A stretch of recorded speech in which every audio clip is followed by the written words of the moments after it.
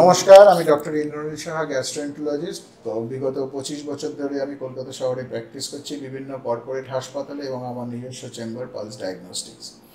আজকে আমরা যেটা আলোচনা করব সেটা হচ্ছে বাঙালির আমাশা।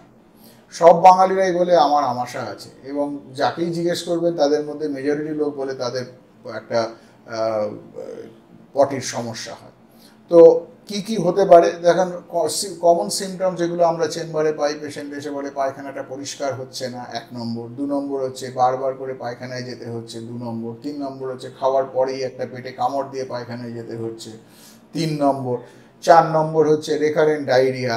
হ্যাঁ, এবং এইগুলো হতে পারে। এবং তাতে কি হয়, প্রচলিত তারাও পাড়ার কোনো ওষুধের দোকানে যায়, গিয়ে একটা, আমি নাম বলছি না কিন্তু প্রচলিত সেই অ্যান্টিবায়োটিকগুলো খায় এবং যাদের মুখ বিস্বাদ হয়ে যায়, এবং সেটা খেয়ে তারপরে তার আরও প্রবলেম হয়, কারোর বমি হয়। এবং ওই ওষুধগুলো যেগুলো অ্যান্টিবায়োটিক, যেগুলো সিপ্রোফ্লক্সাসিন প্লাস টিনিডাজোলের কম্বিনেশন বা নরফ্লক্সাসিন প্লাস টিনিডাজোলের কম্বিনেশন, তাতে লং টার্ম এবং শর্ট টার্ম অনেক সাইড এফেক্ট আছে।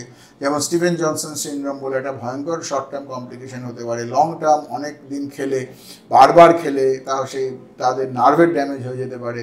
এবং আস্তে আস্তে যেটা আমাদের পৃথিবীর এখন সবচেয়ে বড় অভিশাপ বলবো, সেটা হচ্ছে আপনার অ্যান্টিবায়োটিক রেজিস্ট্যান্স। মানে তার তো রেজিস্ট্যান্স হবেই, তার আশেপাশের লোকেদেরও অ্যান্টিবায়োটিক রেজিস্ট্যান্স হয়ে যায়।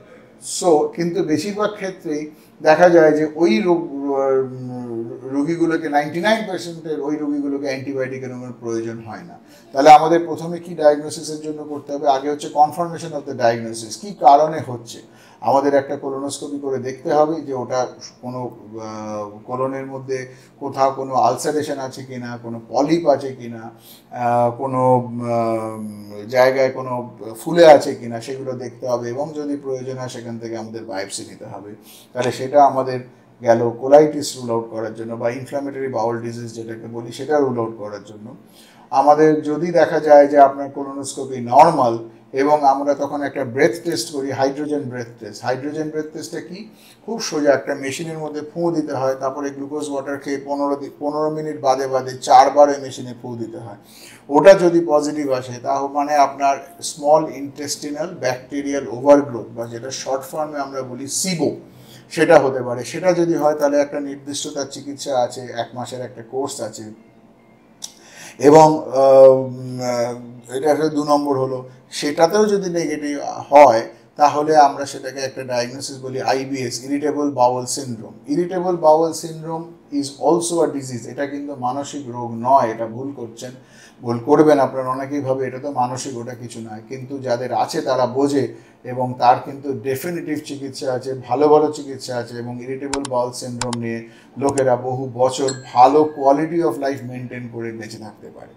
তো এই সাধারণত আমাশা বলতে আমরা যেটা বুঝি, দয়া করে অ্যান্টিবায়োটিক খাবেন না, ডাক্তারি পরামর্শ নিন, ইনভেস্টিগেশন করুন, এবং সুস্থ থাকুন, ভালো থাকুন। নমস্কার। অস্ক্লেপিয়া হেলথে রয়েছেন নানা ক্ষেত্রের বিশেষজ্ঞ ডাক্তার, যারা আপনার সমস্ত চিকিৎসা ঘটিত সমস্যার সমাধান করে দেবেন অনলাইন। মাত্র কয়েকটি ক্লিকে বুক করে ফেলুন ডাক্তারের অ্যাপয়েন্টমেন্ট। ডাউনলোড করুন অস্ক্লেপিয়া হেলথ। ভালো থেকো।